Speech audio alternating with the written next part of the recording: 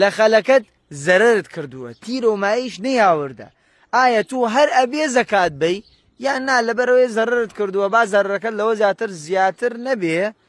لە ڕێی شەرع دروستە تۆ زەکات دەرنەکەیت ئەمە ئێستا غەڵەتێکی باوە لە ناو زۆربەی فەلاحەکان کە زەرەری کرد ئیتر زەکات پشتگوێخە ئازیزانم خوای گەورە فەرمێ وئاتوا حەقەهو یەومە حەصادیه ئەو ڕۆژەی کە دانەوێڵەکەتان دروێنە کرد حەقەکەی بە بەشێک لە حەقی دانەوێڵەش بریتیە لە دەرکردنی